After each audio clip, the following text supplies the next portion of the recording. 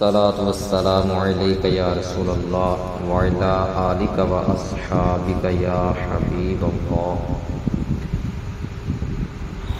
نماز میں سورہ فاتحہ پڑھنا واجب ہے۔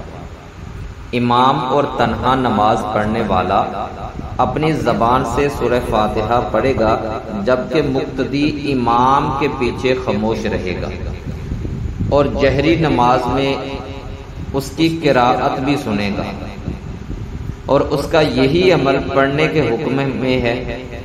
اللہ تبارک و تعالی نے قرآن پاک میں ارشاد فرمایا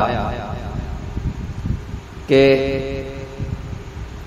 تلاوت کے وقت مقتدی کو خاموش رہنے اور قراءت سننے کا حکم دیتے ہوئے ارشاد فرمایا وَإِذَا قُرِئَ الْقُرْآنُ فَاسْتَمِعُوا لَهُ وَأَنصِتُوا لَعَلَّكُمْ تُرْحَمُونَ، اور جب قرآن پڑھا جائے تو اسے غور سے سنو اور خاموش رہو تاکہ تم پر رحم کیا جائے۔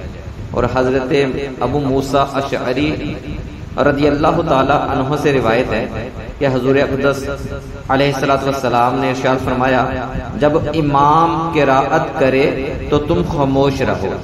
حضرت جابر بن عبداللہ رضی اللہ تعالی عنہ سے روایت ہے نبی کریم علیہ السلام نے ارشاد فرمایا جس شخص کا کوئی امام ہو تو امام کا پڑھنا ہی مقتدی کا پڑھنا ہے۔